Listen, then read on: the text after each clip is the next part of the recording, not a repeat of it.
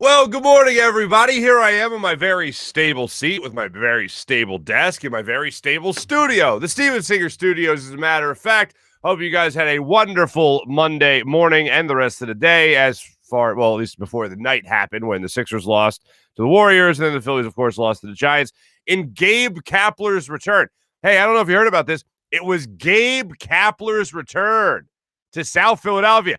The great Gabe Kapler. I don't know if more has been done about a coach's or manager's return to Philadelphia that was not at all significant. I don't understand Gabe's coming back. Okay, he's back. I have no feeling towards Gabe Kapler.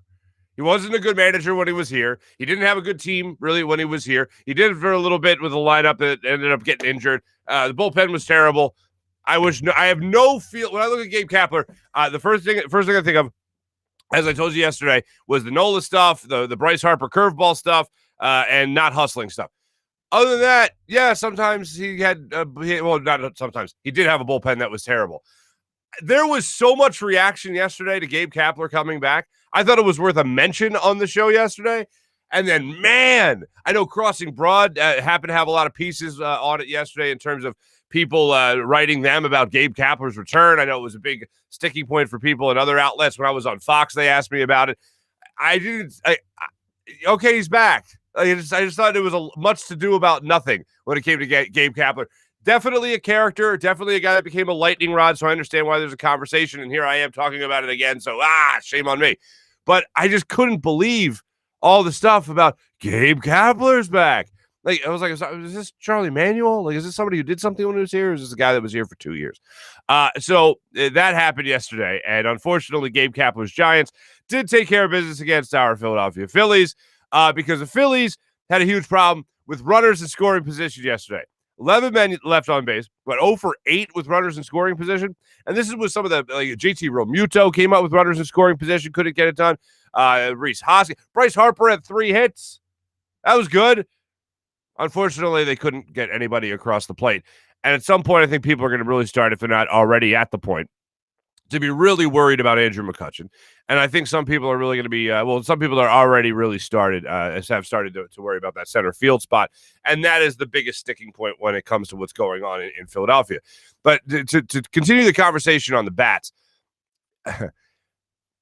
Bryce Harper, he didn't have the monster game with home runs and stuff like that, but Bryce Harper got on base for you. Bryce Harper got hits for you. Bryce Harper was one of those guys many times was left in scoring position last night that the rest of the team unfortunately could not bring home.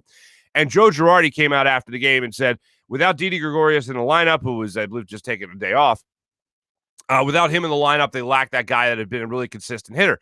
JT Realmuto has been a consistent hitter all season long, but this team has continued to struggle with runners in scoring position all season long. At some point, they gotta get hot. I mean, we're talking about 3-4 weeks into the season now. At some point, you got to look at somebody in this lineup and say, you're the consistent hitter for this team that's going to consistently come up in the clutch. And Alec Boehm has obviously put up some great numbers with runners in scoring position. Last night was not the case. I know you're going to have games like this. And Joe Girardi does not seem panicked in the least bit. And I doubt a manager of his experience and a guy who's been in Major League Baseball for as long as he is as a player or a manager is going to hit the panic button in the first month even of the season. So I don't really look at it and go, this team is cooked. I don't look at it as this team. I only look at it as this team needs to find a way to improve. And they're definitely trying different ways to improve now that Mickey Moniak is up here and in center field. With that being said, Moniak yesterday in center field looked shaky. He ended up making a spectacular play on a ball that he didn't see for about the first 4 or 5 seconds. That ball was just hanging up there in the air. He lost it. The other day, it was somebody for the Cardinals lost it in center field. We obviously know Adam Hazley has had issues in center field. Is like the Phillies center field spot just in general cursed? Is that what it is? Is that like I'm running out of like things that make sense to me about why they're struggling? Like my original theory, players aren't that good. All right. Now my theory is it's cursed. That's what it looks like now. Because now even Moniak is having issues with that. And he's been an outfielder since the Phillies drafted him. So I don't know why he would have issues trying to track a fly ball. But it seems like now 3 different people in center field in this young season have had trouble trying to track a fly ball in center field. So the only problem is with Hazley, of course, he had a problem in I almost called it Shea Stadium, in Citi Field as well. So just all sorts of problems yesterday for the Phillies. But one of the problems that wasn't there was pitching. And Chase Anderson has been a pleasant surprise. And I know he only pitched, 4 innings yesterday, because Joe Girardi knew how much the offense was struggling, thought Brad Miller would be the right spot, there would be the right guy at the right time to try to drive in some runs for this offense. Didn't come to fruition. So he opts to take his starting pitcher out. He pitched well. And as I said in his last start, where he also pitched okay, pitched well, Chase Anderson, you're not going to get many starts where your 5th starter is putting you in a position to win, only allowing 2 runs over 4 or 5 innings, and he's giving you a chance to win the ball game. The bats have to respond in that case. And I can't think of a better time than the bats going into a game. And Gausman was great. No disrespect to him, but this is a problem we've seen when you're not facing Gausman. This has been a problem we've seen when you're not necessarily facing Jacob deGrom. You know what I'm saying? This is a problem that has been consistent throughout the year. You can't get the bats to get hot. And right now, when you watch this team yesterday, that's something that's just continuously going around in your mind, how much they have struggled mightily this season, offensively speaking. And you couldn't think of a better time for the bats to know there's going to be a day where they need to step up than when their 5th starter's on the bump. And that's the feeling I had yesterday watching this team. Like, oh, this will be a game. Bryce Harper was hitting bombs for him yesterday. This would be great. And then he comes in this game. He's getting on base. He's got 3 hits for you. And then you don't have Didi Gregorius in the lineup, unfortunately. And you're seeing these guys struggle throughout, and they weren't able to put it together. And they had their chances in the 2nd inning. They had chances in the 3rd, 4th inning. And not one time was somebody able to break through and actually make a run cross the plate. So I'm definitely at a point where I'm not freaking out about the Phillies offense, but I'm definitely at a point where, all right, this is going to get together at some point, right? This is all going to come together at some point and don't tell me about hitting season, but this is going to come together at some point where we know there's one guy that you can rely on, right? And Bryce Harper was certainly that guy, as we talked about yesterday, with Aaron Nola on the hill, pitching a phenomenal game. And Bryce Harper provided the offense by making runs across the plate himself by hitting some bombs. And then yesterday, he was just able to get on base. He was able to get you hits. And then everybody else after that just wasn't able to come up in the clutch. And this team is not going to go far, obviously, if they don't have somebody hitting in the clutch for them. So hopefully, yes. And by the way, yes, Gabe Kapler was booed in his return. He was booed in his debut at Citizens Bank Park, and he's booed in his return. Citizens Bank Park. I love Philadelphia. God bless all of you. 76ers.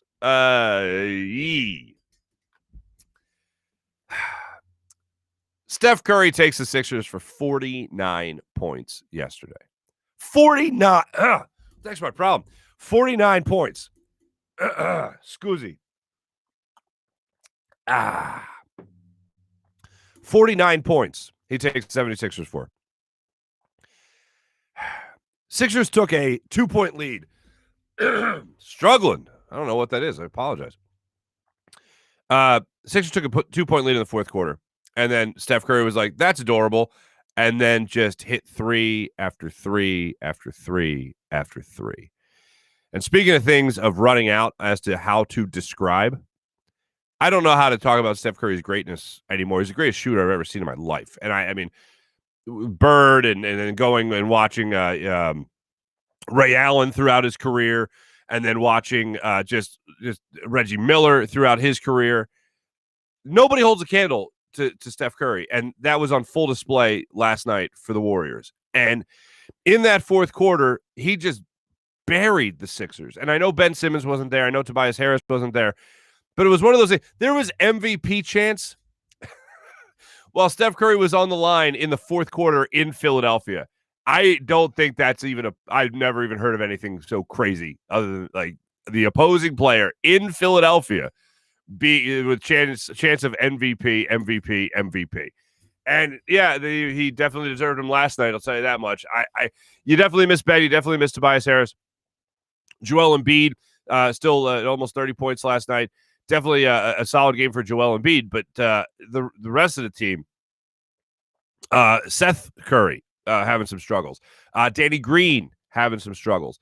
Nobody in the NBA, this isn't even the Sixers problem, but nobody in the NBA has an answer for Steph Curry when that type of performance is happening in a basketball game. They got no answer for it. They got nothing they can do about it. There's nothing they can do about it.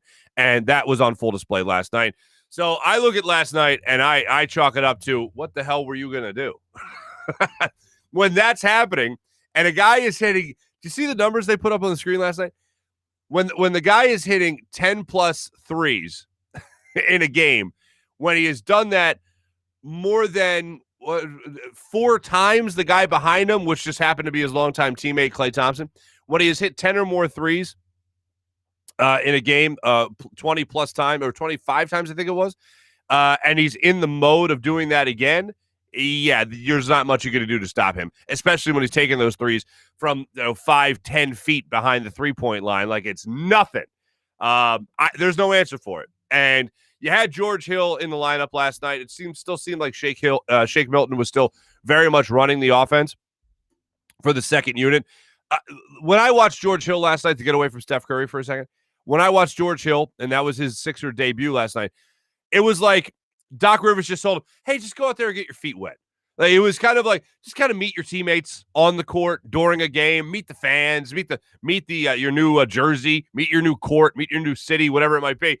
It just kind of felt like Doc Rivers with George Hill was just like, get your feet wet. This is your first game in forever. Just get your feet wet out there. Shake Milton will run the offense. You just kind of hang around out there. George Hill, of course, the guy that's usually a great defender, goes up against Steph Curry in a lot of those situations, and just like anything else, no chance.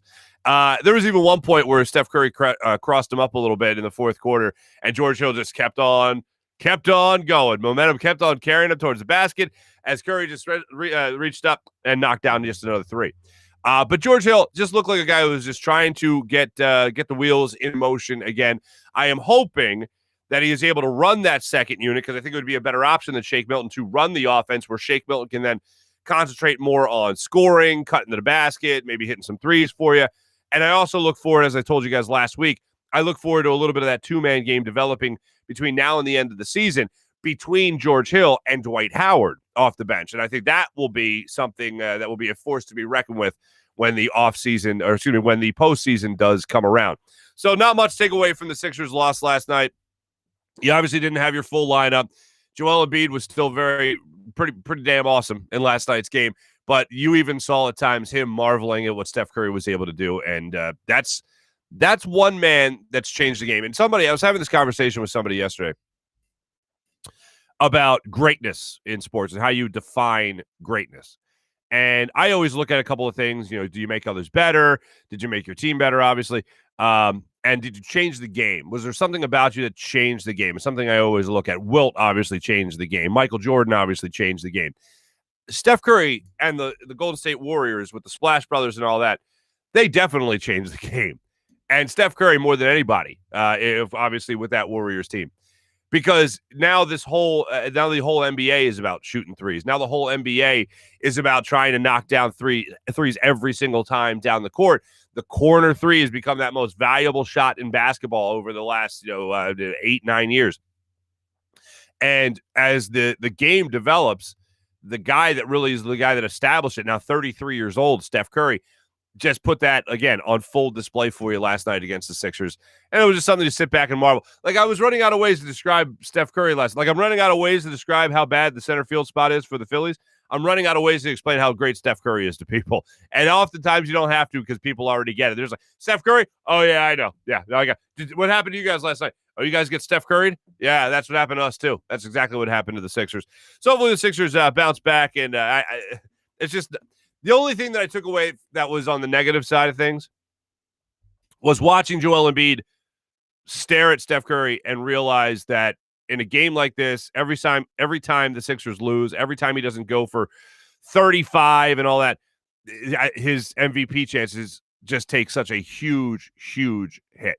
And it's like he has to step up in every single game.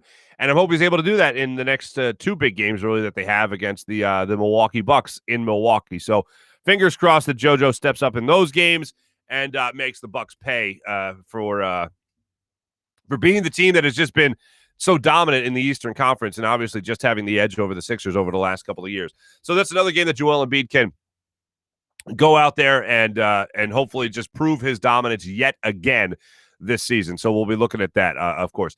Last thing, the Eagles story about, and we'll talk to Hugh Douglas, obviously, in this fine Hugh's Day coming up in a minute. Hugh's got some gems for you today, folks. I just want to let you know that. Hugh Douglas, he's got some gems for you.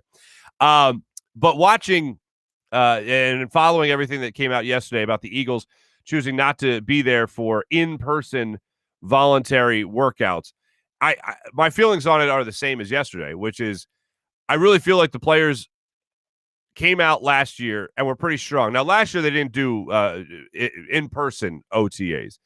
Last year they kept to themselves. They did virtual stuff, and they decided to run their voluntary workouts in that way. And it basically became a classroom. That's what's going to happen again this year, where you get that classroom time to learn your new coach, learn your new coaches, learn about some of your teammates, kind of get your first opportunity for install, right? I don't have an issue with anyone that has reservations about COVID and being worried about that and respecting the virus and all that stuff. I just found it interesting that the NFL was so gung-ho last year about getting out there. The players were about when the NFL says we're fine, we're fine. And I get in the beginning of everything, it was still in the beginning of the pandemic. And now with vaccines out there, I just found it odd. And I do find it more on the side of players, they just want to stay around their families. As I said yesterday on Fox, I've never seen NFL players argue for more practice and more in-person stuff. So this is kind of the direction I think things are going to be going anyway. And much like us in our everyday working environments, we're going to maybe be looking at the NFL where this is the route that they go with more virtual stuff and less stuff in person. But I'll tell you this, and this is calling upon my 1 year of NFL. Yeah, right. My 1 year of organized football experience. Man, it is a different ballgame when you're just looking at a playbook versus actually running the play. And anybody that played sports, there's a lot of people that can just look at a play and go exactly out there, go out there and exactly know where they got to go and do everything. But then there's other people that have to be in it to really learn it. And those practices really help those people. We'll talk to Hugh Douglas about this, who can obviously speak to it more than I can. But if you played sports, maybe you were one of those people that had to actually run the play to really learn it. And I know there's a lot of guys out there that need that kind of experience, whether it be in practice, whether it's just being a walkthrough, whatever. As long as you're physically doing it, you can commit it to memory easier. And a lot of people are like that. The Eagles rookies, for instance, that are going to be coming in here, they're obviously going to need that. I think that was a big sticking point for Jalen Hurts last year. And when Doug Peterson was asked about Jalen Hurts and how much of the offense he knew, a lot of things that we had talked about was whether or not quarterbacks come into the league right now, if they struggle with learning the playbook, if there was ever a year where you could kind of go, I can see why. It was last year where you weren't allowed to do as much in-person stuff as you were in every other non-pandemic NFL season.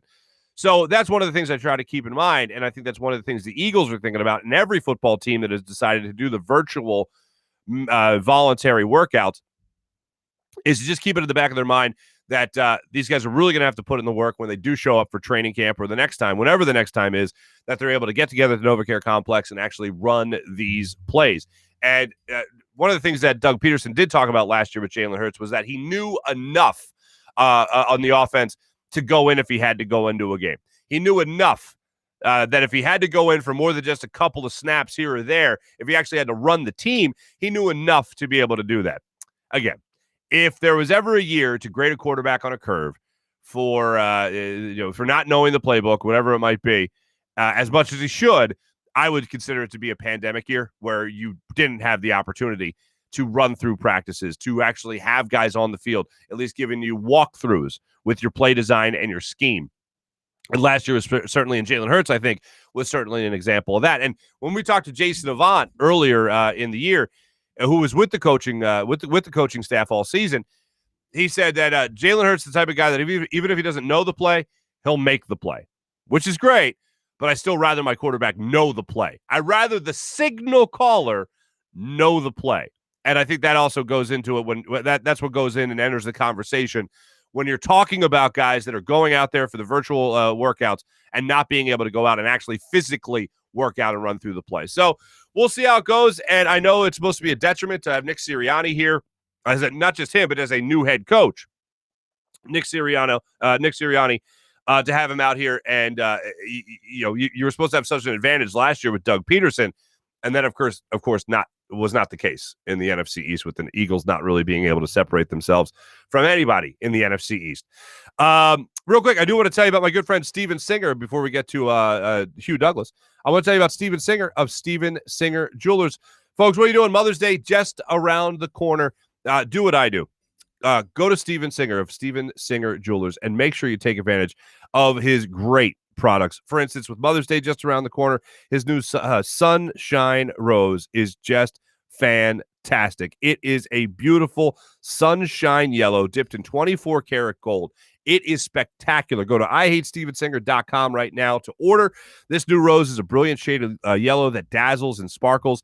Steven has always been in the love business, and being in love with the love business, you want to make sure that you're helping everybody in your community, because of all the years, we know how important love is this year. In addition to brightening your loved one's day, Steven also wants to let you know he's going to put a little sunshine in everyone's day. He's going to help continuing to use a portion of the proceeds made from these gold dip roses to support local restaurants by catering meals for all incredible nurses, doctors, first responders, hospital heroes as well. Go to Steven Singer Jewelers. Go to I Hate Steven Singer Jewelers. Go to I Hate Steven Singer and send a sunshine gold dip rose this Mother's Day. It's a win-win-win. You'll give sunshine that lasts a lifetime to a loved one. You'll be supporting local restaurants by thanking our essential workers, and you'll feel good about doing it. So really, what could go wrong? Nothing. They all come with a lifetime guarantee, fast, free shipping, and they also have an incredible personal gift card that you can assign right there. Free, comes free with it. It's just great. Simply say, I love you, and honor your mom on Mother's Day. Just go to IHateStevenSinger.com. The other corner of 8th and 1 on every day, the perfect price. All right. It is a Tuesday morning here. We got plenty of football conversation. We got a morning rush coming up for you that features Kyle Pitts. If you haven't seen him, he did an interview recently where he talked about the Dallas Cowboys having interest in him and what that would do to his Philadelphia-based family. Howie. Golden opportunity. Take this guy. He better be gone before 6. He better be gone before 6. That's all I got to say. So we'll let you hear from that. We'll also let you hear Steve Kerr had some high praise for the 76ers after beating the Sixers last night. He issued a lot of praise towards this Sixers squad. And I actually don't like it when you're at a Phillies game, a Sixers game, or Flyers game, and those teams are underperforming, and then all of a sudden an Eagles chant breaks out. I actually don't like it. When you're on the road, it's weird. I'm weird about this. When you're on the road and you just want to be like, how many Eagles fans are here, or how many Philly people are here, and you throw out an Eagles chant, you wait for somebody else to finish it, that's cool. I love that. But when you're at the other team, like, I hate pitting our teams against each other. Like, I just feel like that's so weird. Like, they're in it's like the Eagles, Sixers, Flyers, and Phillies are in their own division here in Philadelphia, and they're battling for first place. It's always the Eagles in first place. But anyway, another chant of an Eagles kind supposedly broke out at last night's Phillies game, so we'll get that to you coming up in our morning rush as well. We'll also give you our social media check-in. To all the people that checked in yesterday while I was on the kayak, I saw some people on Twitter mostly. I tried to look at some of the ones on YouTube. I couldn't see most of them for whatever reason, but I appreciate everybody that did check in, and I hope you enjoyed that show. I know on Twitter alone got over 10,000 views, so I really appreciate people enjoying the venue and hopefully the conversation as well while I was up the Poconos, just enjoying some R&R, if you will. And there was some debate whether or not we were going to do a show on Monday. I'm so glad we did. It was so much fun to be out there on the water. And maybe I caught a little bit of a chill while I was out there. Maybe that's what's wrong with me. But I will say a little bit of a dream come true, being able to be on camera and fishing. Like, I remember I was talking to my buddy Casey about this. The ESPN on Sunday mornings, non-football season, like, you just wanted to watch SportsCenter as a kid, right? You just wanted to see the highlights of everybody and how everyone did. And it would be Sunday mornings. My dad would be on the sofa, and Jimmy Houston, was it like the Outdoor World, whatever it was, with Jimmy Houston? And Jimmy Houston was this guy that would 9 times out of 10, I believe, would have a Tennessee Vols hat on, and he'd just be fishing. He had to, oh, you got to try this lure. This is the lure you got to go with. Right away, and he'd catch a fish. And then I was like, wow, Dad, where are these guys? Every time they throw a line in the water, they're catching a fish. And it's like, that's when I first heard the word editing. Son, that's editing. They're editing. But yeah, it was a little bit of and I told you about that show Meat Eater I watched, where the guy's out in the indoors and he's hunting and he's fishing and all that stuff, or in the outdoors and he's hunting and fishing. Dream come true. Little line in the water, talking to you guys about sports and fishing. What could go? It's the best day of my life. All right, without further ado, let's get to our friend Hugh Lamont Douglas III on this fine Hugh's Day.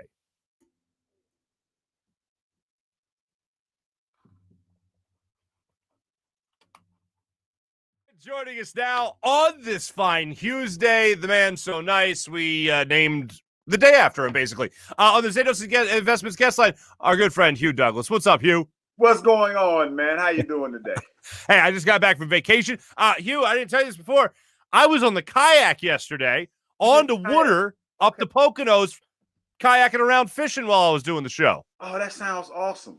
Yeah. I think I'm a little bit too big for a kayak, though, Mark. I'm not about to get my big ass in a kayak. No. Don't get in anything that is not referred to as a boat.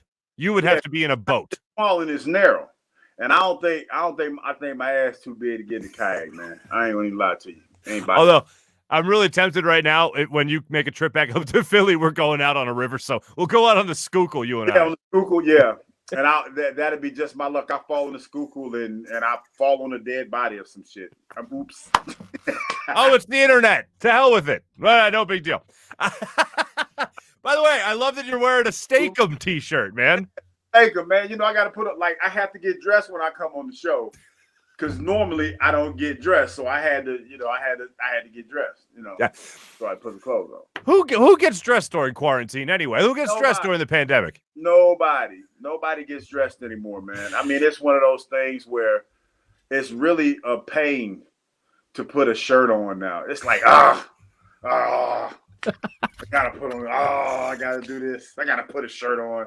I forgot how to button the shirt. Like it was like putting on shirts again when I started the show. It was like a Rubik's cube trying to figure that out. It's funny. I haven't worn a tie in a while, and I used to wear the bow tie. I don't even think I can tie one. And I used to wear it was called an Eldridge knot. When I wore a tie, it's a special kind of knot. I'm like, I don't even think I can tie that anymore. It's been so long since I've worn a tie. Is that them wide Johns you're talking about? Yeah, well, it's a really fat knot. Yeah. Got a thick neck, so when I do it the regular way, it just looks like one of those little things the cowboys used to wear, like a little on my neck. Bolo tie. So I want to wear the fat collar. So gotcha. I would tie the Eldridge knot. Yeah. All right. Well, aside from our shenanigans, I do want to ask you about this story. The Eagles have become the 19th team in the NFL to say thanks, but no thanks to in-person OTAs. Yeah. I think they're going to be doing the meetings, the virtual stuff, and they'll go through all the phases and all that stuff. But right now, they will not do the in-person stuff, citing COVID. Is this more so COVID fear, or not COVID fear, COVID respect? Or is this more so guys just don't want to get together yet and they want to enjoy their time with their families still? You know what? It's probably a little bit of both. Because I know that the OTAs down here, they were talking about they're not doing the mandatory workouts here in Atlanta. And I remember vividly when I was in New York, I had to stay because I got overweight when my rookie year. So coming into my second year, I had to stay up there. Now, some kids need that. Some young men need to be with the team and do the OTAs. And then you got to think about it like this, Mark. Some of the guys, you get paid to go to these mandatory voluntary workouts, I should say. So you get paid to go to them. So some of those guys look forward to that money, to work out and everything and just be there and get a chance to kind of just hang out together and everything. Because I remember back in the day, the Eagles used to have a basketball team and guys used to play on the basketball team and everything and just get in shape and stuff. So it's a little different, but I do understand the fact that with COVID and everything and the 17-game season, Some of the guys will probably just want to stay at home as long as they possibly can and not go back up to wherever they play. Mm-hmm. Yeah, no, and I would understand that as well. What goes on exactly, especially when you have a new head coach taking over like the Eagles do? How much of a disadvantage is to not be there in person with a new head coach? Listen, man, I understand that everything is virtual now, but I do believe that some stuff needs to be hands-on. Football needs to be hands-on. I mean, the game has changed and evolved so much. You barely practice now. You barely get together. It's one of those things where it's kind of hard to see how it has affected the product on the field, but it's affected the product on the field.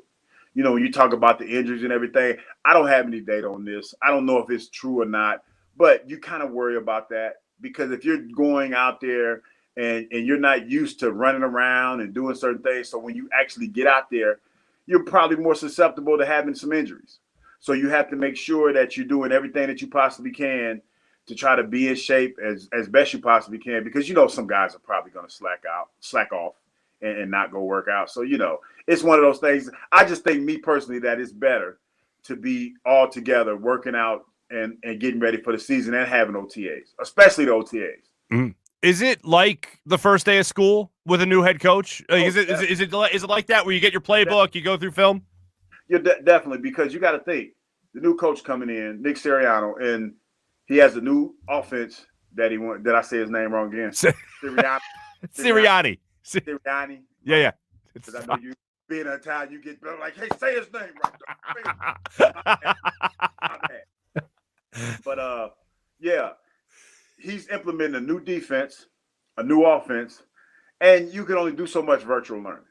It's not like we're doing a radio show here. Like, we could do this all day because we just text each other, whatever.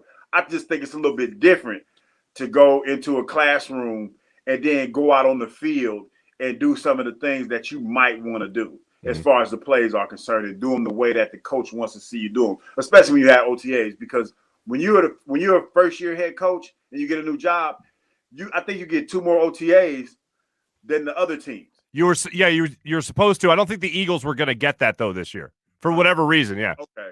Probably COVID. Yeah, but you're supposed to get that. So yeah, you're supposed to. Yeah. Push you behind the 8 ball a little bit. You look at, I think a perfect example is Carolina Panthers, if I'm not mistaken. When their coach came in, he didn't have any OTAs.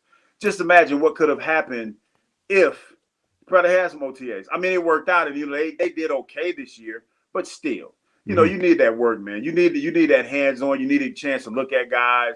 You need to get a chance to evaluate guys, because when you think about it, Mark, the game has changed so much.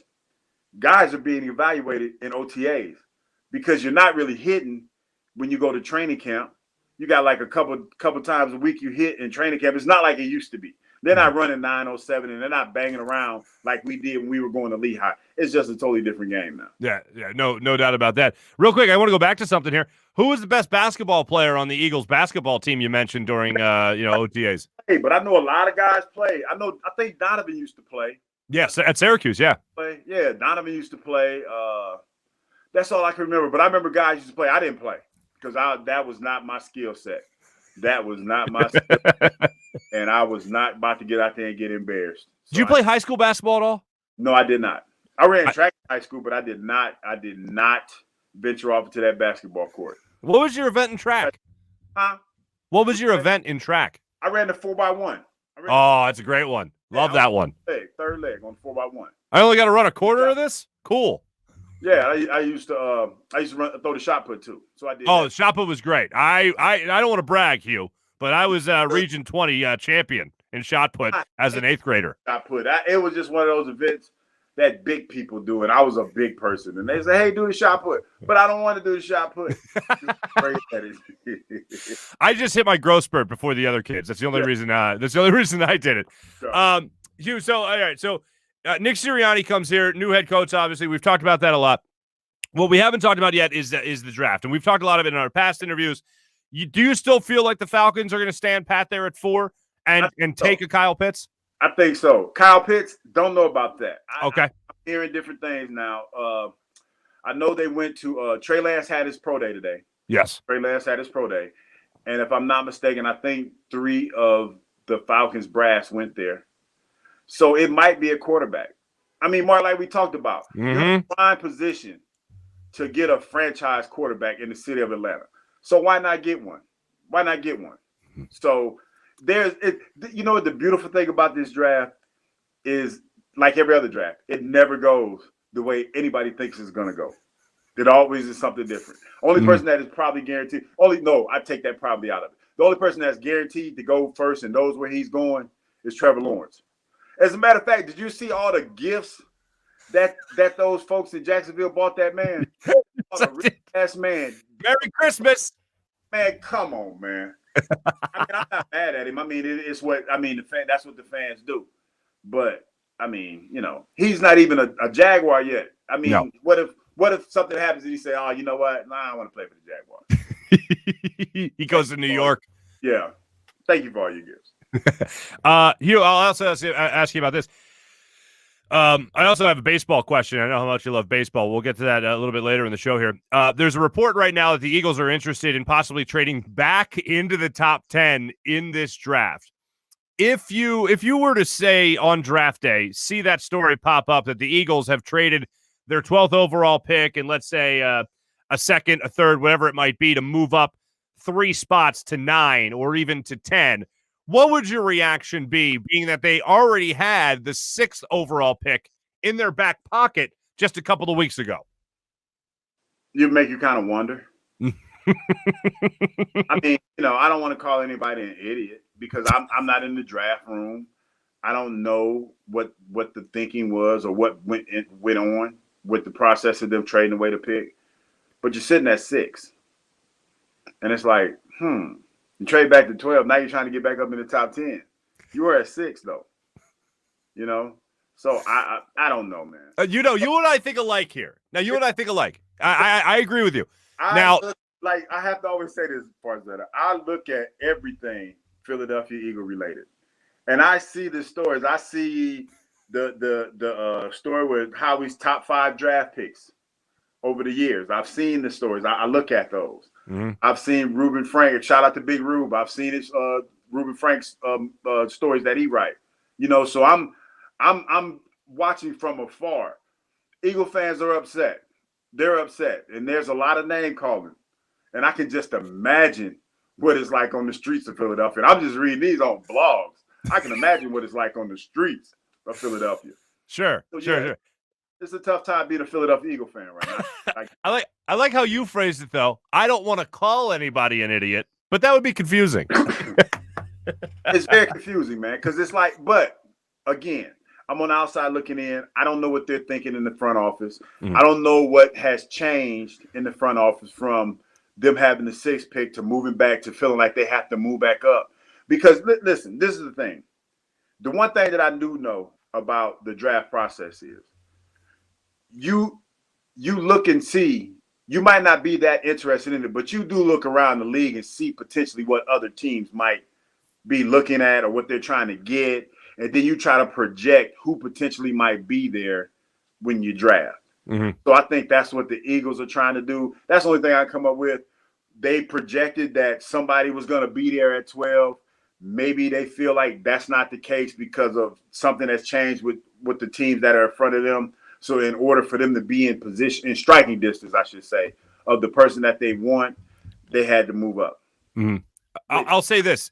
In defense of the idea, we had Jeff Mosher on yesterday from Inside the Birds podcast up here in Philly. He does the show with Adam Kaplan.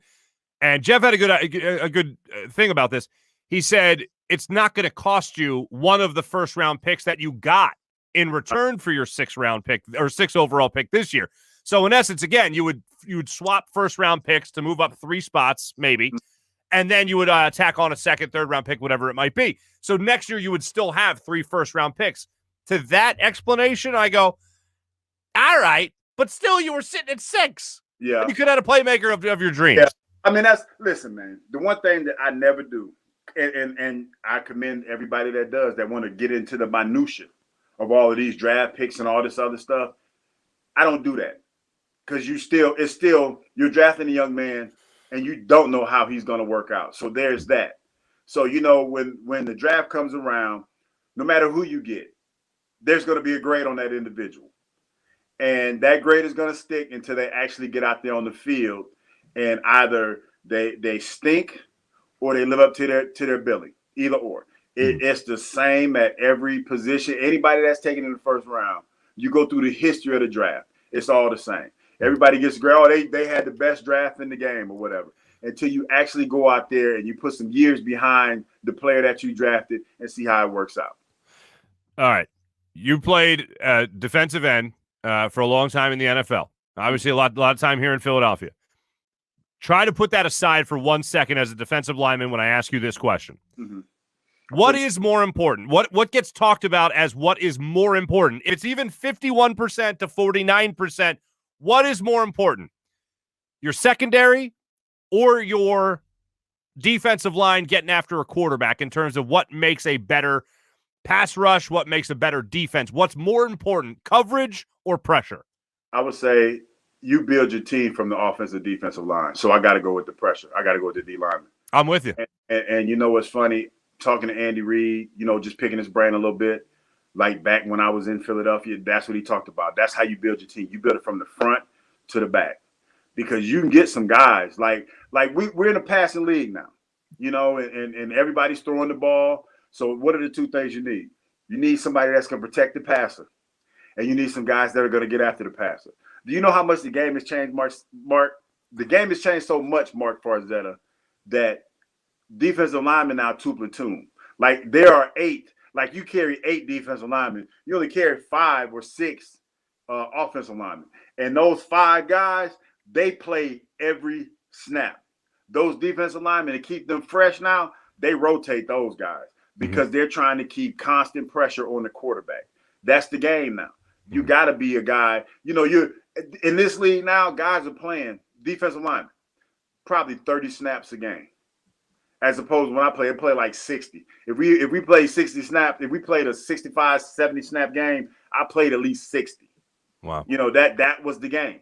But it's changed so much that everything has become specialized. That's why you see defensive linemen in the NFL now, the ones that are like marginal players and pretty decent, they rotate them out quick. They get out the league quick. 5-6 years is the most. Wow. Out of them now. You'd be hard pressed to find guys that get 10 to 12 years in nowadays at the defensive line position. So I asked you that question to set up this one then. So if the Eagles stayed at 12 or even traded up to 9 to take, let's just say, Patrick Surtain, obviously a corner out of Alabama, I like the player, but I just feel like in today's NFL, I know it's a passing league, and it feels like, why would I pick somebody who the rules are only going to be against more so in the coming years of the game? Because he's fast, he can cover. You still got Fletcher Cox. I know Brandon Graham's getting a little bit older, and then when you look at the defensive linemen that are coming out, was Greg Rousseau from Miami. You got Azeez Ojulari that's down here. Very nice. Yeah, but it's it's only a couple guys. It's no Joey Bosa's or no Nick Bosa's in this draft. There isn't. So you don't want to reach. See, that's the thing too. You don't want to reach for a player. Say if you're at 6 and you decide you want one of those guys. You don't want to have to reach to get one of those guys. You don't want to do that, because then that throws everything to tizzy. Kind of like they did with Mitchell Trubisky that year when the Chicago Bears drafted him for him. They reached for him. So you don't want to do that. You don't want to do that. No, of course not. Hugh, I know you said you follow everything Philadelphia, and I know you do. I know you're always keeping up on all the tweeters, tweets. You said the twits. Yeah, I see them twits sometimes. They be twitty. Yeah. It's new lingo. It's new lingo we have here. But you see the tweets and all that stuff, the blogs and all that. Are you aware that last night was Gabe Kapler's first night back in Philadelphia? I did not know that. You would think that this guy that was here for 10 years came back to Philadelphia. He was greeted with boos here in Philly. Nobody, he's almost become like a Sam Hinkie. I said yesterday, he's become like a Sam Hinkie type martyr in the Philadelphia sports scene right now. It was like, oh, Gabe didn't get a fair shot. Well, so what? He's not the first manager to get a fair shot to get fired. Before I jump into this, was it the women that were commenting on the blogs? Because I know when he got to Philly, I do remember that. They were going goo goo gaga. Oh yeah. Yeah, they were going goo goo gaga. over him. So maybe it was the women that were upset that he didn't. No, I'll tell you who it is. It's the analytics people. He did, like, I remember when they were playing the Braves, he did something weird where they were winning the game, and he pulled the pitcher. He pulled Aaron Nola. Yes, Aaron at 68 pitches. Aaron Nola had a no-hitter the other night, didn't he? Was it Aaron Nola? Yeah, it's complete game shutout. Complete game, yeah, a little bit, yeah, okay, yeah. But when he did that, we were happy down here. We were, because you know what the funny thing about it. You know what the funny thing about being here? There's many, but go ahead. I could root for the Braves and not get any heat from Philadelphia fans when they play the Phillies. Okay. But when it comes to the Eagles, I am forced to pick a side. Everybody's like, you need to pick a side. You need to pick a side, Hugh Douglas. What, down there in Atlanta? Down in Atlanta, in Philly, like whatever. Whenever they play, Atlanta fans say, you need to pick a side. And Philly fans are like, you need to pick a side. And I'm like, are we going to do this every time? Yeah. Every time. The year that the Eagles went to the Super Bowl, they played the Falcons in the playoffs. Oh, boy, yeah. They had a petition. They wanted to get me up out of here. And I'm like, what am I like? What do you want from me? I love the city of Atlanta, but what do you want from me? What do you want? Like, I will say this: you could tell your audience this on 92.9 The Game in Atlanta. Yeah. You could tell them this. I interviewed Torrey Smith maybe a year or so ago, and Torrey Smith said, "Was it Keanu Neal who Nick Foles threw the ball off his knee? Yeah, and it bounced to Torrey Smith? Okay, yeah." Torrey Smith called that the luckiest throw he's ever seen in his entire life. Man, listen, because it was like, because if the Falcons would have won, who knows? Who knows? Who knows? Maybe they would have went back to the Super Bowl. Who knows? Yeah, and then probably blown a 28-point lead, but whatever. I can't respond to that, Mike. I don't know who watches this. That was me saying that. That was not Hugh Lamont Douglas III. I know that's a sore spot here. This is a real sore spot. So I'm gonna go ahead and leave that one alone. Hey, I'll just say it one more time though for you, so we leave on a high note. Great shirt. Thank you. Stake them. And also, we're gonna get you on a kayak, canoe, boat, whatever, when you're back in Philadelphia. All right. I watch you do it. I watch you go crewing. I'm not doing, man. You ain't about to get me on there. I want to get my hair. You see my hair trying to grow. Your hair looks great. It's looking good, man. It's a little fuzzy at the top. Yeah, a little peach fuzz. I gotta tell you, if I didn't know where it came from, I would think it came from somewhere. I'm like, where the hell? If I wasn't awake, like, where the hell you get this hair from, Doc? Well, you were out a long time. I had to make some adjustments. Why is my groin burning? You didn't have enough in your donor area, so I had to pull from other parts. I ran out of donor areas, so I had to get a little creative. You're a damn treasure, my friend. Hugh Lamont Douglas III. On that note, Hugh Lamont Douglas III joining us on the Zatos Investments guest line. Happy Hughes Day, brother. All right, then, brother. Have a good one. Peace. I'll see you later. Peace. See. Peace. Pubes. He's talking about pubes. Anyway, Hughes Day. Always a good time talking about our good friend Hugh Lamont Douglas III on the Zatos Investments guest line. Without further ado, let's tell you about DraftKings and some other great people that are helping us out here. Make sure you check out our friends over at Philadelphia Sports Nation, a local Philadelphia sports site covering your favorite teams across blogs and social media. PHLSportsNation.com. Philadelphia Sports Nation, enhancing your Philadelphia sports fan experience. Basketball teams, by the way, I'm telling you about DraftKings right now. Basketball teams are entering the final month of the regular season, and they are gearing up for the playoffs. Well, some teams, like the Sixers, are locks. Other teams fighting for their opportunity, and they're chasing that trophy. DraftKings Sportsbook, America's top-rated sportsbook app, is putting you in the center of the action with a chance to turn $1 into $100 in free bets. Turning $1 into $100 is simple. Pick any basketball team to win their next game, and if during that game the team of your choosing hits a three, you bring home $100 in free bets. That's $100. 100 to 1 odds for yourself right there on DraftKings if your team just hits a 3. DraftKings, safe, secure, reliable, so you can deposit and withdraw your funds at your convenience. Download the top-rated sportsbook app, DraftKings, right now and use promo code Farzy. That's promo code Farzy when you sign up to turn $1 into $100 in free bets if your basketball team simply hits a 3. That's promo code Farzy to turn $1 into $100 in free bets for a limited time only at DraftKings Sportsbook. Must be 21 or older. Pennsylvania only. New customers only. Restrictions apply. In partnership with Meadows Racetrack and Casino.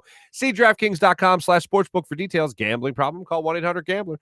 Zatos Investments. We tell you about Zatos Investments all the time. Zatos Investments, up-and-coming luxury real estate and development company and investment company in the Philadelphia area. They design and develop top-of-the-line custom homes all around the city, ranging from small single-family rehabs to ground-up new construction townhomes and condo buildings. Zatos works closely with their private investor base to provide them with substantial returns on their investment, ranging from 20 to 40%. These guys are crushing in the Philadelphia real estate game now. To see some of their properties, also learn how you can invest with Zatos Investments. Reach out to info@ZatosInvestments.com. That's info@ZatosInvestments.com. Or simply visit ZatosInvestments.com. How about FanUp? They bring us Farzy in the field every single week. Philly fans, if you want to be shot callers, if you want to be NBA ballers like Diddy for a week, got to get FanUp, man. Got to get FanUp. Go to the App Store. Download the FanUp app. You can win merchandise. You can win memorabilia. You can win money. And you can also rise on their leaderboard because the days of playing fantasy sports alone are over. Enter FanUp Super Fun daily and weekly contest. Answer fun questions. Rise on the leaderboard. You can also squat up with your friends and have yourselves a great time. You guys can make your own bets, as a matter of fact. You can make your own bets on FanUp. Challenge a friend. Challenge accepted. Challenge denied. Win some points from your friends and also get that money and also a memorabilia. Like I said, a great brand prizes. FanUp. Any day, week, or season, you could be the real MVP with FanUp. Download the FanUp app in the App Store. Use promo code FANUP and get 2,000 bonus points right out of the gate. That's FanUp. May the best fan win. All right, let's get to our social media check-in. Social media check-in brought to you by our friends at Steak and Maine at steakandmaine.com in the heart of Northeast Maryland. Fine dining. Let's check in right now. I saw a lot of people commenting on Hugh's comments. I can see why. They're headline material. Let's see here. We have Mally checking in saying, what's up? What's up, Mally? How are you? I know April was checking in talking about Eagles fans at non-Eagles games. Again, I don't mind it if it's at the stadium and you're on the road and it's like, hey, how many Eagles fans are here? E-A-G-L-E-S. Eagles! You know, there's somebody over there. It's like, oh, there's your fan down there. Hey, how you doing? I don't mind that. But for some reason, it's always rubbed me the wrong way. And I know I'm in the minority with this, like by far the minority with this. But I always just found it weird when the Phillies were like terrible. And then all of a sudden there's a chant. There's this team sucks. How about my other team? It's like you're dating two girls. And instead of just telling the one girl, I'm tired, I'm just going to go home. It's just telling her, I'm going to go see my other girl today. And just staring at her. And she's like, what? I think that's weird. But I don't mind. It's fine. I don't mind booing. And April said she didn't mind the chant. She said it's better than booing. And I'm like, it's definitely more specific for the analogy that I just rolled out. Would you rather hear that someone's just angry at you, or would you rather hear that somebody is not only angry at you, but they're thinking about the person that's better than you? Like that's kind of what it makes me feel like. So that just always struck me as odd when we're mad at one team, we're like, screw you, we got three other ones, like that kind of thing. Like I always found that to be odd. I for whatever reason, I think whenever the Eagles, towards the end of the Andy Reid era, I think we're at the height of their smug and arrogantness, even though they're challenging that right now. When I think they were back in that day, many years ago, I always felt like it was time to do a Phillies chant at an Eagles game. that was the only time where I was like, no, I can get behind this cause of telling the other team, yeah, to hell with you, we got this other team in town. And the Eagles were kind of struggling, and the Phillies were just coming off back-to-back World Series trips and obviously a World Series parade. But yeah, April was chiming in on that. Appreciate you, April. Checking out the comments on YouTube, by the way, for our social media check-in brought to you by Steak and Maine. Inside the Birds is checking in. What's up? How you doing? Nice to see you guys again. No, how do I have no feeling towards him? Eric wants to know. Yeah, I just look at Gabe Kapler. I wouldn't waste my energy booing Gabe Kapler. Like, he was here for 2 years. He didn't sink the ship. The ship was sunk by Matt Klentak. The ship was sunk by Andy McPhail. Like, I feel so much better now, not just having a guy like Joe Girardi, for instance, but I feel so much better having really this front office in place that I feel has a much better direction, much better sense of getting things done than the way that the Gabe Cap, or excuse me, than the Matt Klentak led Phillies were. That's for damn sure. So when I look at Gabe Kapler, he was what he was. And here's the thing I don't like, and here's where I'll defend Gabe. A lot of people thought that Gabe Kapler was like some fraud, and that wasn't the case. If you talk to him personally, if you had a chance to have a one-on-one conversation with him, and I did a couple of times, genuinely nice guy, genuinely into people, like just kind of very like, Gabe Kapler is this type of guy. He's the type of guy that when you're talking to him, you're like, you're not sure that he's listening to you because it's almost to us, I think in Philadelphia, to a lot of people in the Northeast corridor of the United States, I think when somebody is that overly genuine, we tend to think they're full of crap. Like, we tend to think, all right, what's this guy trying to sell me? But Gabe, I remember talking to him about just pizza joints in Philadelphia, and I remember he was staring at me, and I was like, this guy's totally not listening. He's just appeasing me. He's just patronizing me. And then he goes, no, I've been to that one place. I really like that place. No, you got to go to this place. And he told me about his place. And then he remarked on, like, he was listening. Through his comments, I was like, holy crap, he was listening to me. But it was kind of that deep stare where he's just kind of looking. He's not looking at you. He's looking through you. It's kind of how it feels. And, yeah, and then we had a great conversation about pizza, of all things. But very genuine guy in Philly. I know a lot of people would be, this guy is disingenuous, whatever. Such a fraud, a fake. No, he really believed in his stuff.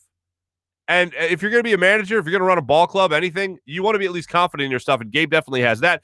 And he has the Giants playing some pretty damn good baseball. So I got to give him credit for that. But as far as him in Philly, like I wouldn't be like, I got to get in my seat and make sure I boo Gabe Kapler. No, I'd still be getting my nachos. That's pretty much how I'd feel about that. Anyway, thank you for people that checked in on that. Eric was asking me about how do I have no feeling. That's just kind of how I feel. Brett's checking and saying, well, would you want to go to practice if you were an NFL player? Yeah, no. Again, let's go back to my 1 year of freshman football at Archbishop Wood High School. Home Kyle Pitts. Yeah, practice sucked. Games were awesome.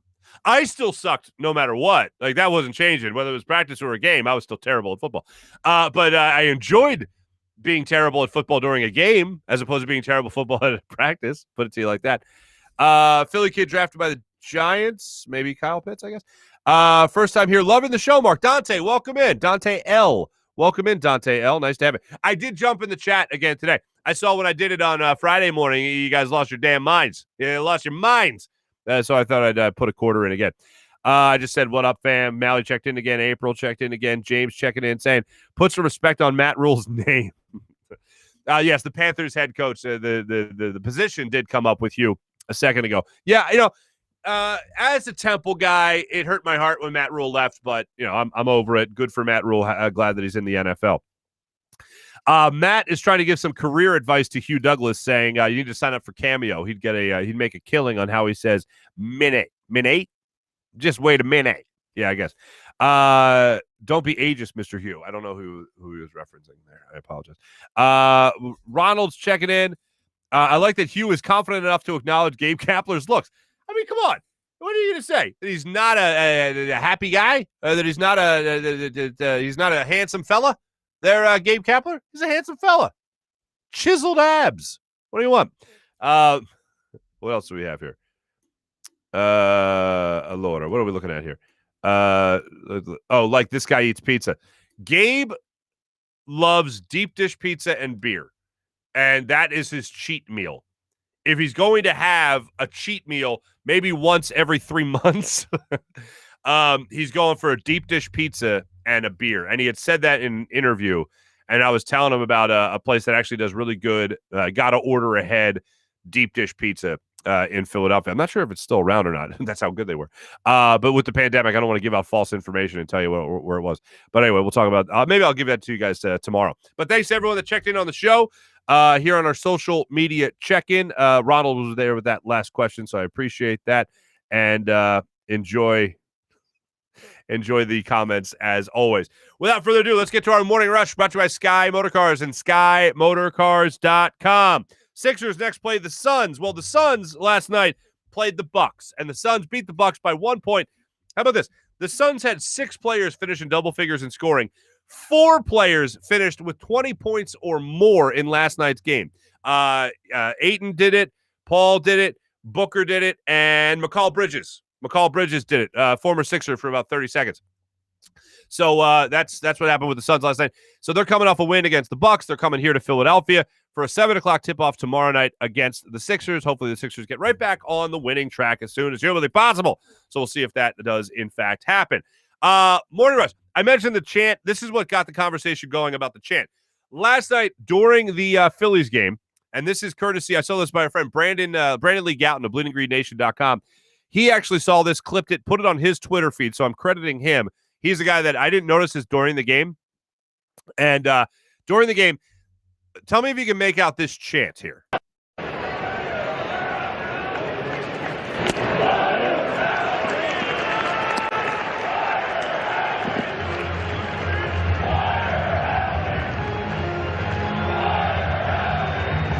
You getting that? Fire Howie. Fire Howie. It wasn't an Eagles chant. It was a Fire Howie chant, allegedly, at the ballpark. Hat tip to Brandon Lee Gouton, clipping that, putting it on the media. I missed that during the game. I missed that during the game because I was watching another game, and that other game I was watching mostly was the 76ers game. And they got their they unfortunately got beat by the Golden State Warriors, and Steph Curry went off for 49 points. But after the game, 3-time NBA champion, if I'm not mistaken, Steve Kerr went out there, and Steve Kerr offered some praise to the Sixers as to where they are and whether or not they're legit title contenders. I really like their chances. They were obviously severely shorthanded tonight without Ben and Harris. So that's not that wasn't their team. They were shorthanded, and if they're healthy, they're really good. They're a great two-way team. They're one of the best defensive teams in the league, and they cause a lot of problems offensively too. So it's a hell of a team. Hell of a team. I like Steve Kerr saying that. Liking their chances. I also like Steve Kerr saying that. Anytime a guy like Steve Kerr is willing to lavish that type of praise on your team, I'm in favor. Now, the thing that is going to be my sticking point, my biggest sticking point, and that is that Kyle Pitts won't be a Philadelphia Eagle. Kyle Pitts goes on the Rich Eisen show yesterday and was talking about how Dallas, so he gets asked, we picked this up in the middle of his answer. He's asked about Dallas having interest in him. Kyle Pitts, Philadelphia area kid. He's asked about the Dallas Cowboys having interest, and here is how Rich Eisen handled it. And, Dallas is a great team. If I have the opportunity to play for it, would be a great, thing. But you grew up in Philadelphia, right, Kyle? You're That's kind of, I would say, the oxymoron. Me growing up an Eagles fan and then having the opportunity to play for the Cowboys. So that'd be a hard time getting some of my family jerseys because they diehard Eagles fans. So that'd be something funny. So what happened in the Pitts household when the Eagles traded out of 6, Kyle? What happened in that household when that happened the other day? Actually, nothing. They're not heavily into it to the point where it's like, we want you playing for the Eagles. They just want to, they're just enjoying the process like myself. So just seeing where all the chips fall, and if they didn't have traded back and I got the opportunity to play for the Eagles, it would have been a great thing. But whilst we're not stressing about it, we just letting the chips fall with it. Of course, because you can't control it, and your family only wants the best for you. But you do realize that if they live in Philadelphia. Your family still? They live there? Still? Yes, sir. Okay. They're the only ones in Philadelphia who felt that way when the Eagles fell out of the 6th spot. You realize that, right? That they're the only. And I agree. I just think the Eagles have made a big mistake in not being able to grab somebody right now in Kyle Pitts. And I'm aware that they could move back into the top 10, which, as Hugh said earlier in the show, he doesn't want to call anybody an idiot, but that would be idiotic, more or less. I would love for Kyle Pitts to be with the Philadelphia Eagles. And it's something that's going to take me a while to get over. Maybe after the draft. Maybe, who knows? They'll hit on somebody that will just be spectacular. But the fact that he's the only one, or his family were the only people in Philadelphia that were pissed that they weren't pissed that the Eagles traded out of the first round. Yeah, I think that's an accurate statement by Rich Eisen, who does a great job with his show, obviously. That was our Morning Rush, brought to you by Sky Motorcars and SkyMotorcars.com. Like I said, Sixers back in action tomorrow night, 7 o'clock against the Suns. Big Bets, brought to you by DraftKings and DraftKings Sportsbook. Download the America's top-rated sportsbook app right now and get in on all the action.